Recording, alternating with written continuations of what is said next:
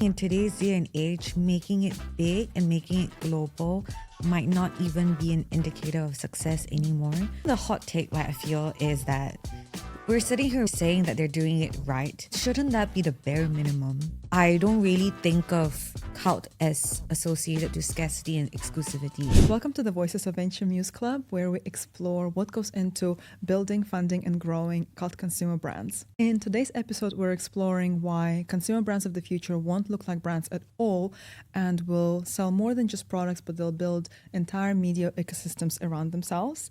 To explore this topic, we're joined by our wonderful guest, Michelle Koh. Hi. Who is a co-founder of Saya, which is a growth engine for growth stage brands and creative businesses. Yes. Without further ado, let's get straight into it. From your perspective and your experience, I know some of the most successful consumer brands did not start off from raising tons of capital, but they start off in a more organic way, building direct relationships with their customers, building community or content, tapping into culture. From your experience and your perspective, what are some of the early indicators that a brand could become like a cult consumer brand? Heads up to anyone watching this, I'm going to be looking at my iPad because I've got so many notes. I was so excited when I looked at all these questions. I was like, oh my God, these are so great questions. And I really want to make sure I get the points across because I think consumer brands to me incredibly sexy, not to that many other people. But yes, to your question, early indicators of how a brand could become like a true cult brand. I ask myself these couple of questions. I think the first one is, are people hungry for what the brand is doing? Is it a underserved market that this brand is serving? And then thirdly, and most importantly, is actually who is backing it. I feel that there are so many different definitions of what makes a cult brand. But to me, is this a brand that can create belonging amongst its communities, amongst its fans and its audiences? Can they stand for something like a principle, like a vision? And something that you've been talking about a lot lately is, can they build a world around their product and around their brand? So these are different things that I look at when I think about what makes a cult brand a cult. That's so cool. And it's so interesting that you mentioned belonging, because I feel like it's such an important feeling, right? Us as humans, we're driven by nature and instincts, and instinct to belong is so powerful. And I feel like that's what so many consumer brands try to do it, but not so many people do it right. I feel like I hate to keep bringing up Gymshark because I feel like it's such a beaten to death example, but it is a good example of a culture of belonging. The gym culture seemed so intimidating, and you see all these gym bros and you're like, oh, I'm scared to go touch the weights. But they managed to create this culture of belonging where it doesn't matter how strong you are, doesn't matter where you are on your fitness journey, you belong in this community. And I feel like that's what ultimately makes people very sticky, and they want to hang out with your brand and end up buying from you more. Yeah. I like belonging as an indicator because it challenges the traditional dynamic of, I'm a brand and you're my consumer and I'm just trying to sell you something, into one that you get to co-create with the people that love you, and in return you innovate based on them, right? Their needs, how they're growing up, like how they have got different lifestyles and like different expectations now. So belonging really is more than having a captive audience that you can turn into community. But belonging is a sense of trust. It's a sense of, okay, this is a brand that's credible and has got authority in things that I care about. So I'm happy to put my money with this brand and in these products that provide so much value back to my life. Yeah, I think so much of it is about value. That's what shifted in the dynamic between brand and consumer. In the past, brands held the power. I'm the brand, I'm going to sell you something. Like we're talking like 1990s, right? You want your washing detergent, here's what you buy. Me as a brand, I'm not going to give you any value. But now, because there's so much competition out there, like with explosions, internet, Shopify, Amazon, us as consumers have become spoiled for choice. So now brands have to compete for our attention, and to get it, they need to provide value. They need to provide sense of belonging, community, all those things to make you as a customer feel a lot more fulfilled when you spend your time and money with the brand. Yeah, exactly. So what are some of the counterintuitive lessons that you have learned from working with different founders, different consumer brands in your past? So there's a big one, which is, when you're a local, regional brand, the aspiration is always, how do I make it big? And big equals global. But I think in today's day and age, making it big and making it global might not even be an indicator of success anymore. We were talking about Liquid Death like a few weeks ago. Amazing brand, but they pulled out of the UK because of supply chain and logistic issues. That just didn't make sense for them to be in a market whereby your operations are going to be stretched. And a lot of people, for some reason, were actually like celebrating, and they saw it as a indicator that, oh, this brand has failed. But I think it's far from it. They knew the exact category they were in. It's something groundbreaking, pretty funny, pretty smart. But they knew that, okay, we're really strong where we are, which is our home audience in the US. What's the point of spreading ourselves thin to make more sales? So there is, I think, this shift in thinking of playing in a global stage as that final like end goal. In fact, I think a lot of brands are starting to think beyond traditional distribution platforms, and indie founders are very actively looking at ways that they can own the platforms of distribution, of engagement, so that they're not beholden to all the other ways to make it big. Yeah, and I think another big trend to build up on your point is making your brand very localized. I think consumers now, they're so culturally sensitive and culturally aware. So if a new brand comes into a market and they don't adapt to the local customer, they're going to get rejected. Even if you come in with a big budget, even if you come in as a big, large brand, or if you have some venture backing, unless you do your homework and getting to know the local market, getting to know what makes the local customer tick, it's almost going to be a waste of effort trying to go global, and it might actually go against you. So I think your example of Liquid Death is a great example of that, where it shows maturity of founders and saying, you know what, we tried. Yeah. We thought the UK market is similar or same as the US. It's not. So we're just going to pull back for a bit. I think that's a great example. Tell me if you agree, but I think one of the brands that does that pretty well is Fenty, like Fenty Beauty.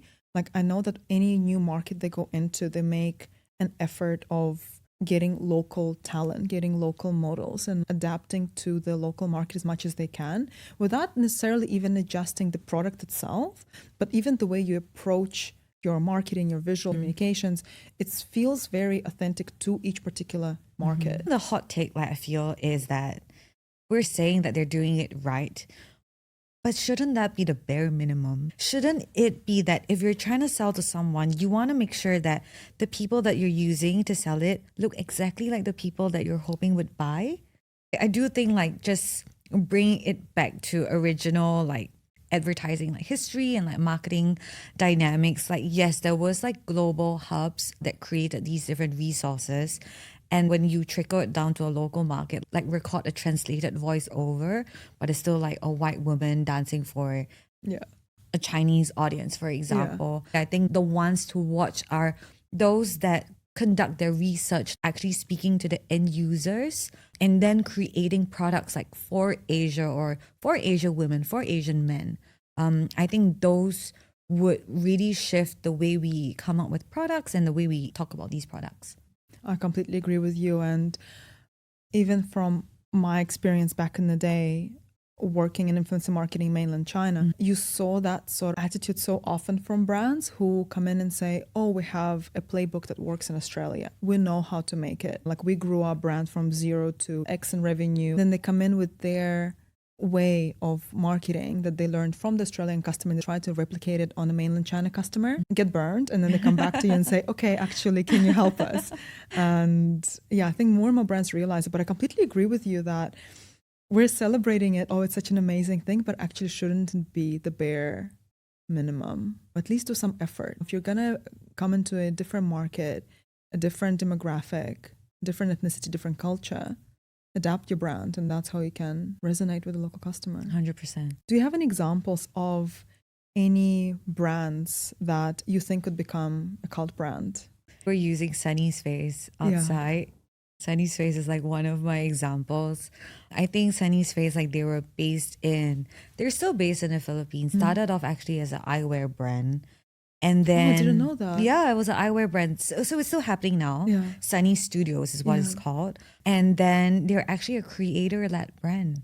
But it's evolved because from eyewear, now they're in cosmetics and they've got cafes. So their retail stores, they've got more than 100 retail stores. Incredible. And I think what's great about them and why they could be a cult brand, if not already in the Philippines, is because they know the Asian market really well. They understand the climate here. You don't want something super sticky. Let's talk about lip product. You want something that's almost sweat resistant. So they get those things really well.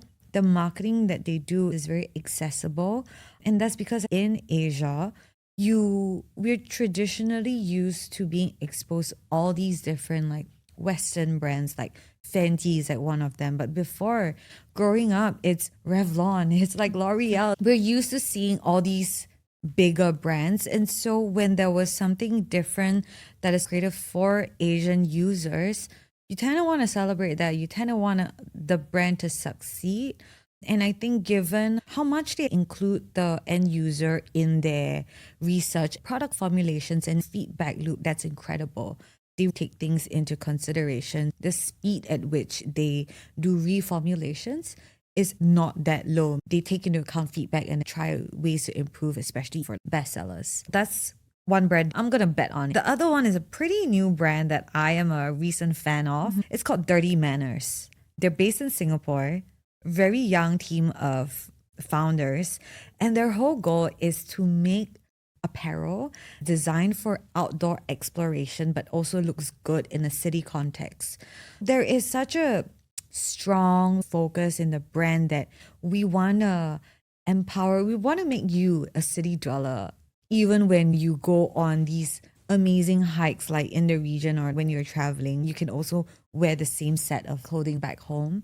It makes me want to be a cool outdoor girly. They've created that element of desirability that is so accessible. It's not incredibly expensive, and at the same time it's not incredibly spread out. Like you're not going to walk into Decathlon and get something like that. Yeah. So I think brands that are able to play up with distinct lifestyle categories and spaces, but also know how to position themselves whereby, hey, we're not for everyone, but for this very specific type of people. And if they're able to identify that and consistently communicate why their brand exists, I think that's another maker of a cult brand.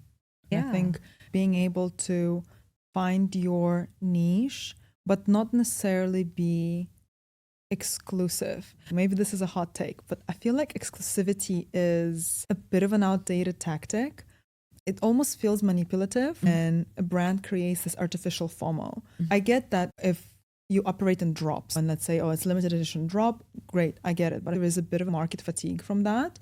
But a customer doesn't want their hand forced into buying because now you're telling me there's only 100 pieces of this t-shirt. I think brands that manage to do that also win, that you feel very niche and that creates a sense of belonging, but it doesn't feel exclusive in a bad way, like I missed it, so I'm not a cool girl anymore. 100% agree. The thing that people don't really talk about exclusivity is that it creates this scarcity factor, which actually opens up a secondary market for reselling. Yeah. So if you're a brand, you want to be in direct contact and engagement with your audience and your fans. You don't really want a whole other secondary market of resellers, like being able to claim that pricing strategy like on behalf of you. Yeah. So it works, I guess, in a luxury space and like in streetwear, but in the context of cult brands, I don't really think of cult as associated to scarcity and exclusivity. Is it desirable? What are the principles behind it? And again, who's backing it? Yeah, completely. And I think with the example that you brought, I think another cool thing for them is that the outdoor hiking niche has been having such a moment lately. Yes. It's a whole thing, and now to make it into a wearable thing, amazing. Good for them. I feel like for the whole consumer playbook, even from 5 years ago to today, a lot of things have shifted. Before, when you want to launch a consumer brand, you would start with getting a retail distribution, or even if you are direct to consumer brand and you're selling on your website, it would still be a lot of it. Let's pump a big budget into paid ads. Let's hope to secure some PR. Let's get some influencers on board, and off to the races we go. Do you think that there is a shift in launching and growing a consumer brand? There is a big shift because audience expectations are different now. And in fact, audience expectations are the defining principle for how a lot of brands are communicating their strategies, like even designing their products. I'll tell you about two big brands who are leveraging each other, and I think they're good examples of this shift right now. Nike Women and Skims a couple of weeks ago announced their collaboration. Broke the internet. That same day that they announced it, Nike shares increased by 6%. What is fascinating for me is these are two traditionally amazing brands based on heritage, based on how they've done community. But right now they're actually collaborating to reclaim their status and their mind share. I don't know if many people know this, but Nike looks great and is great across the category. But in women's wear, they've actually been lagging behind. They've completely lost mind share. They've been overtaken by the likes of Lululemon, even Elo Yoga. So this is really two brands betting their future on each other in a time where there is record-breaking viewership of women's sports. These are two brands seeking the new audience credibility, and they're also aiming to solve women's product problems. And what it says to me is that the shift towards building content and community has surfaced these pressures even amongst big brands for them to really start listening to their audiences and transform their business models and approach collaborations to be relevant again. What this is doing is Nike admits that they need help reconnecting with women, and Skims is obviously making a play in entering performance wear. It's not just a business move, but let's reshape this category that we used to be so good at. It's because they were listening to what the audience was saying. I think that's so important for these big brands that carry a lot of legacy to pause, reflect, say, okay, we are missing some points here. Let's see what we can do. And I think the Nike Skims collab is so interesting from that point because Nike being such a giant, right? Like they managed to pause, reconsider, reflect, and say, you know what, like we need to realign. I think in this collab, Nike is winning a bit more than Skims. Skims is super hot at the moment. I think they might be lining themselves up for an exit with this one. You think? Yeah, I think so. I think they're either exploring, because the thing is at this point, Skims, they're valued probably at this point now close to 4 billion. So the number of players that can actually buy them out is very quickly dwindling. So it's either they get bought out by someone fairly quickly or it's an IPO. There's not too many players that can buy them. So I think Kim is being smart. Let's see if either Nike buys us or this lines us up for an IPO later down the line. Listening space, definitely. So staying with the topic of bigger brands or more traditional brands, what do you feel like some of the most common mistakes consumer brands make? Maybe not necessarily big brands, even smaller brand examples, if you can think of something. Mistakes they make when they're trying to launch the brand, grow their brand, do community or do culture, and it sometimes doesn't feel entirely authentic. Yeah, I know that you used to run an influencer marketing agency, so I would also love your take on it. But I think what they do wrong is immediately just jumping into buying attention. Yeah. In the form of relying on influencers and just relying on social platforms and algorithms. My question is, why are you paying someone to do that for you? Why are you paying someone else to build your brand for you and to engage with your community for you? The truth is, when you work with influencers, the people that the people that your audience is engaging with, not you, they're your influencers. I also do think that if you're a consumer brand and you hold a portfolio of brands, you should really be paying attention into the platforms that you're using or the platforms that you're relying on to build the engagement. I do think that is the darker side of how we're launching and how we're engaging with people, you have to use all the big social media platforms. But is that really true like engagement, and is that really true community building? I think that gets a bit confusing, right? When we start using those platforms and we start relying on those platforms for engagement, we're confusing an audience with the community. Yeah, so tell me what you think. Very good point on the influencer marketing. I agree with you. It's such a big ick when a new consumer brand doesn't fully understand what they stand for, what they are, what they haven't figured out a way to communicate that to their customers, and then they go off working with influencers. I think influencers can be incredible for a business if done right. The moment they're done right is when your brand already is established in a way that we understand who we are as a brand. We have our mission statement. We have our brand pillars and our own personality figured out. We know how to talk to our community, even if it's a very small community. You don't have to have this big, very fancy brand yet. Even if you're still in the early stages, but you know exactly who you are, then you use influencers to amplify your message. You don't borrow their audience because you don't know how to build your own. You use their audience to amplify your existing message and your existing brand culture. If you do it that way, it lets you pick the right influencers. You don't just go for the biggest celebrity we can afford.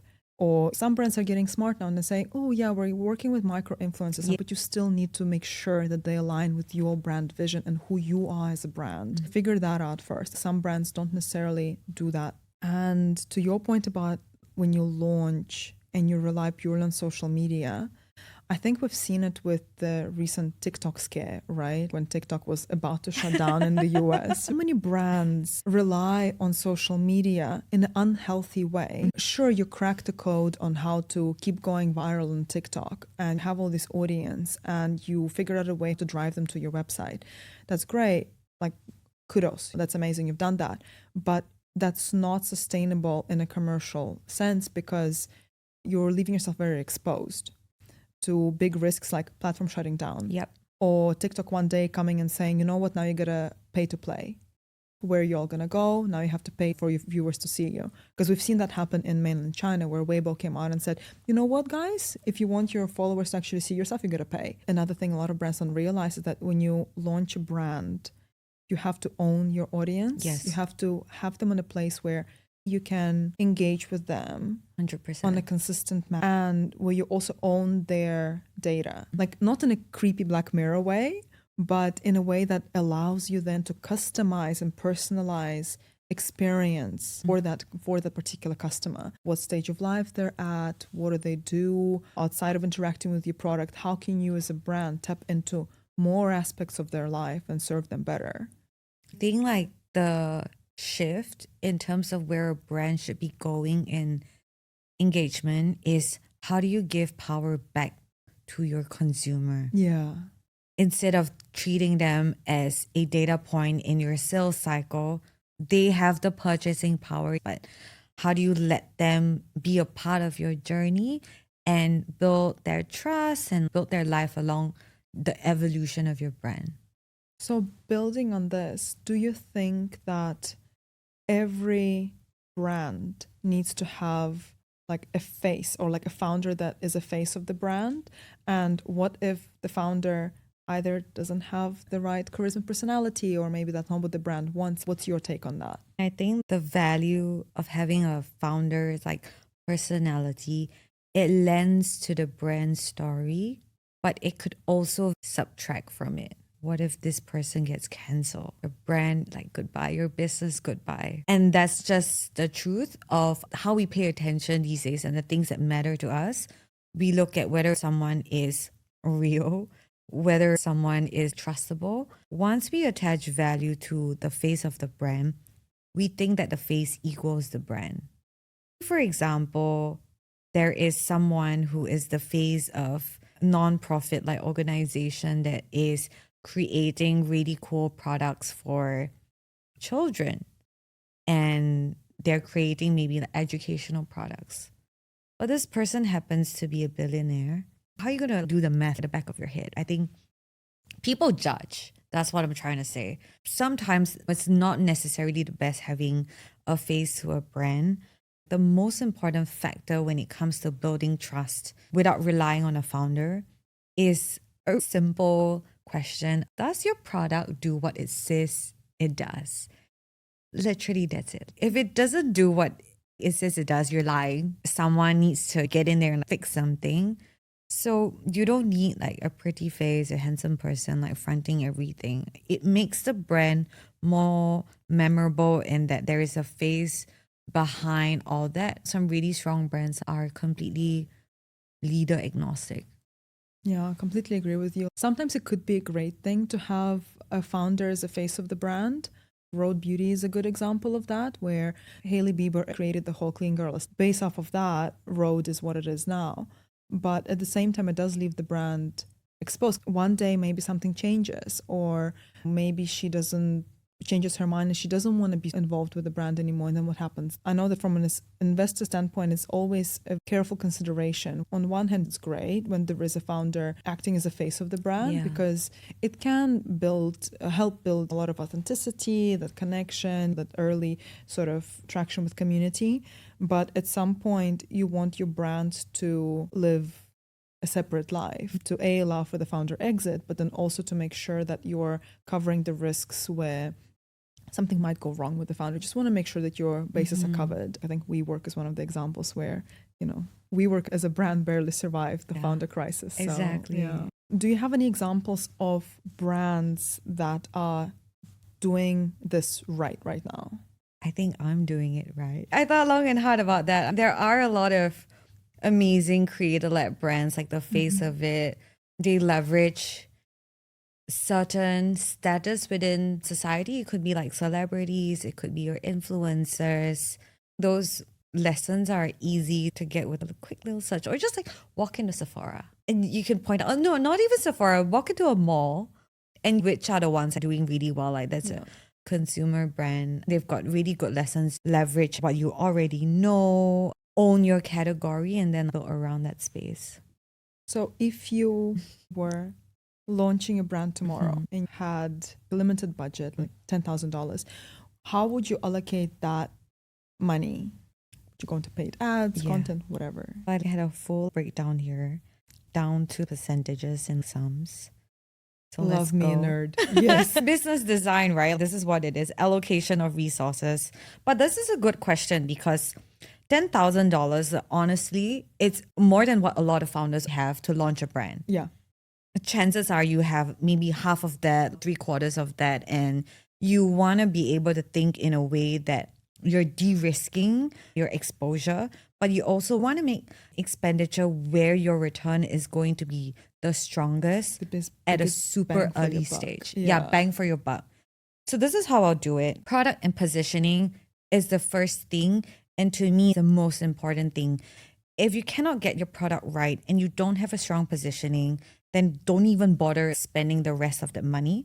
I would allocate 30% to $3,000 in spending time ensuring that this product has a distinctive point of view, whether within your category, whether there's a cultural edge or a unique brand voice. Founders really love getting into the nitty-gritty of the product and really getting into how it works, like the magic behind it. But then they would actually benefit from working with someone else who could take this brand alive. And this brings me to the next point, which is investing in your content, brand storytelling. This I put at 40%, so 4,000, slightly more than your product and positioning. You want to be looking at foundational content with strong visuals, a very simple but sharp website, because that's your proof of concept right there. That's your touch point. And spend time building social presence. When I'm looking at your Instagram page, your website, I get what you're going for. Okay, aesthetics aside, but I know what is it that you do and what is the value in what you do. We talked about having a face to the brand. If there is a strong founder story behind it, I say go all the way and do founder-led content. You don't have to pay someone else to do it. You're doing it for yourself right now. I'm doing it for myself right now. if relevant, go behind the scenes, build that brand affinity and spend time on deep storytelling. Then the next part that I would do is spend time building community, incentivizing word of mouth. And to that, I would allocate the next 20%, so $2,000. This is where I feel community building is really important at such an early stage, because you want your early backers in the form of people who would test out your products, who would give you trusted feedback like, hey, Anya, this sucks, or this is great, and then here's how I would improve it. And beyond this circle, right, invite people who could be potential customers, make them feel like insiders. And this can be done in a simple in real life activation like a workshop. In exchange for their feedback, give them something back, let them have a discount code or early access to the first drops ever. So very logical, reasonable ways of starting it.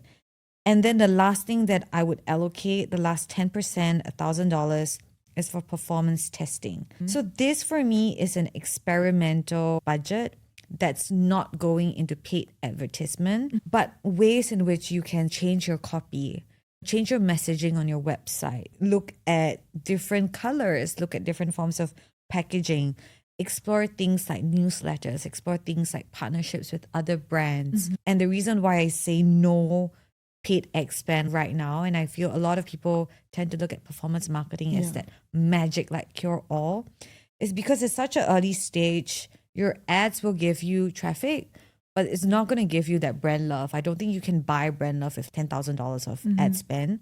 Instead, spend that time building up your product and talking about why it's so special and who is it that you're serving, like with this product and a brand.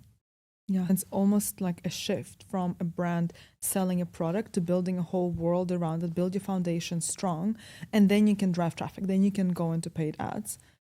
But what is actually your take on paid ads in general? Necessary evil. Necessary evil. It's going back to the reliance on social platforms. What it is right now is that social platforms are controlling the game. You are relying on these platforms.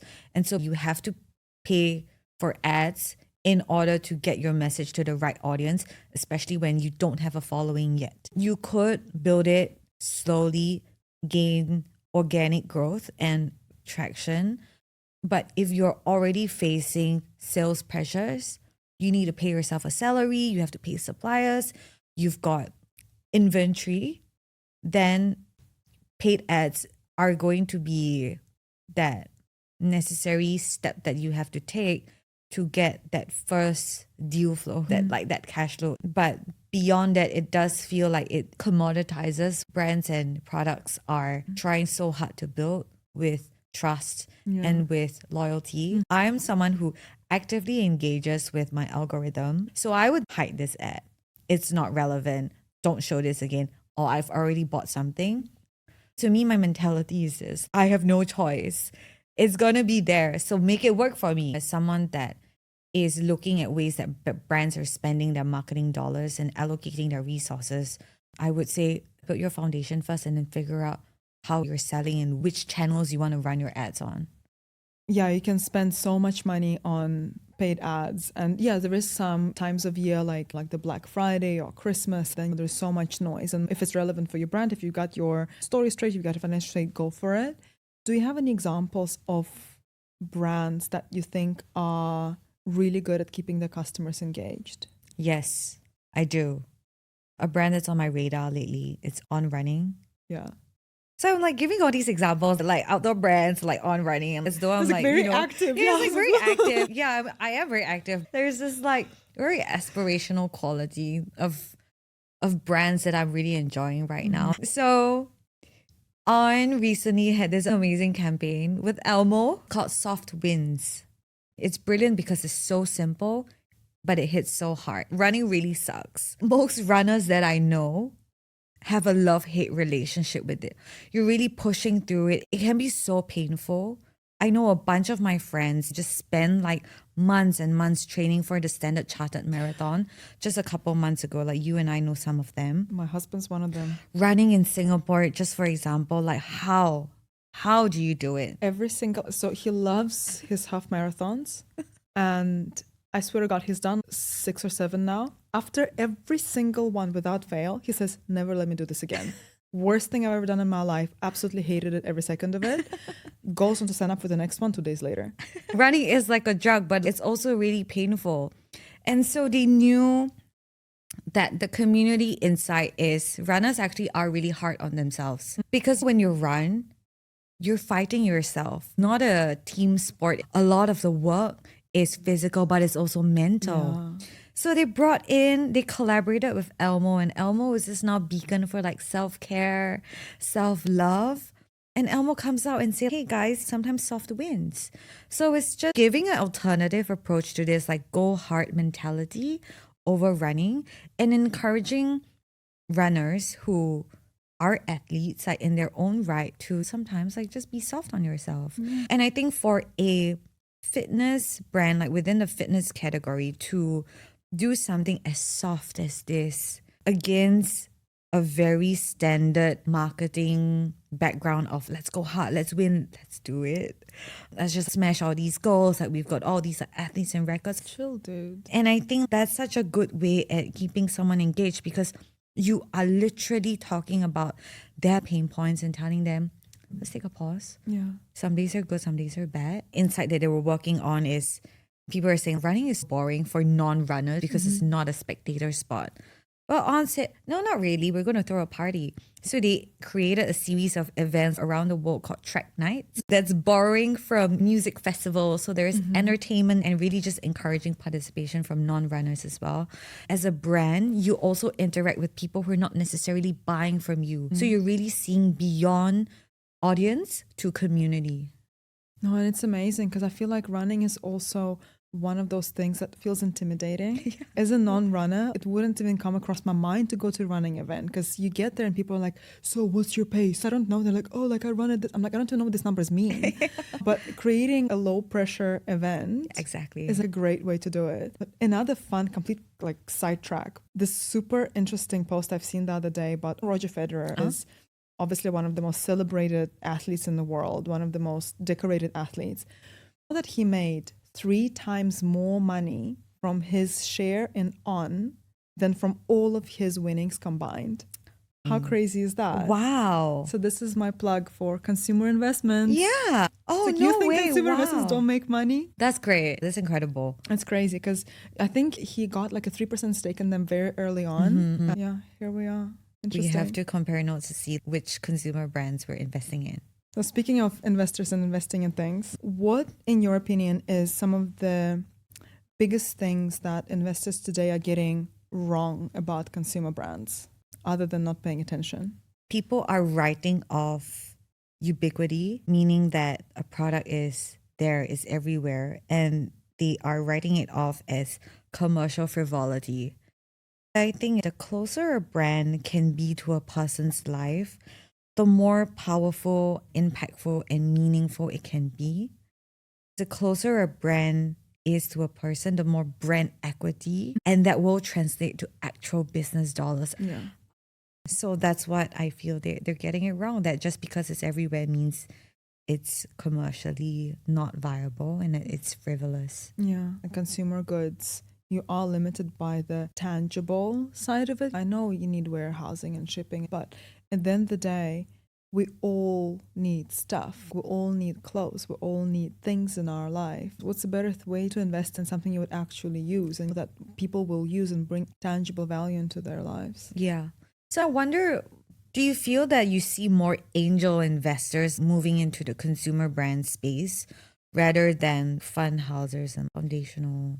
I would say traditionally the sector that's least interested is venture capital. In venture, you need very quick turnaround because you're limited by the fund's life. You have 7 years, 10 years at most to deploy all your capital and make all your exits. That leaves you maybe 5 years in the middle to actually take a brand from point A to point B. And then you have to make sure all of your exit strategies are aligned. There could be exit strategy conflict. So I'd say that's why VC is typically the least interested in consumer goods because consumer goods, they can scale fast, but not necessarily. Family offices are usually more interested in consumer goods because family offices aren't chasing big returns fast. They're chasing wealth preservation and making sure that whatever money I do put in does convert to me. It doesn't have to happen in 5 years. It can happen in 7 years, maybe 10 years. Consumer goods give you a lot more certainty and a lot more safety. So it's less of a risky investment. Family businesses like consumer goods because that gives an option for the next generation to get into something they can feel more passionate about. Tech can be sexy, but we're talking about something that's a hot investment right now, like data centers. You're not going to go to your daughter and say, you know what you should do? Get into data centers. She'll tell you to fuck off. So you want something interesting for your kids, and consumer goods fill that niche too. That's my 5 cents on what types of investors are looking into consumer goods now. Should we wrap up with the fill in the blank blitz? Yeah, we absolutely fun should. bit. Let's do it. So I'm going to say a sentence with a blank and then you complete the sentence. A founder's biggest mistake when trying to create culture is Trying to buy culture. the most overrated marketing strategy for consumer brand is PR boxes. Oh, we can actually unwrap that one. No pun intended. Wow, I'd love to hear your take on that. The most underutilized strategy for consumer brands is Loyalty programs. underutilized. So many brands do your loyalty programs, but you don't like the way they're doing it. I think we need a much more evolved version, one that you can tier your rewards. So not just give them vouchers and discounts, but look at them playing games, like literally gamify it. Why are games so good at retaining their gamers? Because as someone progresses through the ranks, you reward them, you give them drops, you give them access, you invite them to co-create, to name campaigns, even name the products. These are the ways that you can return power back to a consumer. So loyalty programs that are not just monetizing a super buyer, but one that really encourages them to spend more time with the brand, and then in return you get them on your side forever. Amazing. And what's your beef with PR boxes? Everyone's just getting the same PR box. You should be giving PR boxes to your super fan, not the influencers who are also receiving the same things. And what do they do with it? Give it away? They sell it on Carousel? Let's be real. At best, you're going to get a YouTube unboxing with 10 other boxes. Yeah. So it feels like a step that's unnecessary because what's your end goal? Impressions? No, your end goal is sales. So reward the people who are already buying from you, because you best believe they will be talking their ears off to their girlfriends, their mothers, the boys. Many people assume that brand culture happens naturally, but the truth is, your customers are your brand culture. Worst way to try and build engagement is to get viral. I love it. You know what? I actually hate when brands, as an investor, like back in the day, when you start talking to brands and you talk to them how you guys do your content and social media. For me, it was a red flag if a founder starts talking to me about going viral, because it tells me that you have this shortcut mentality. If you happen to go viral, amazing, good for you, but it shouldn't be your goal. Brands lose customers' trust when they get greedy. That's 100%, I agree with you. That was so fun. I really liked the fill in the blank. Thank you so much for coming to join me for this conversation, Michelle. It was amazing to chat with you. And I'd say some of the key takeaways are that the best brands of the future behave like media companies and they create culture. That engagement and deep customer trust values more than impressions and reach. And that smartest founders will prioritize your brand affinity and their brand engagement over customer acquisition. Yay! Thank you, Michelle. Thank you. Great for having Thanks you. for having me.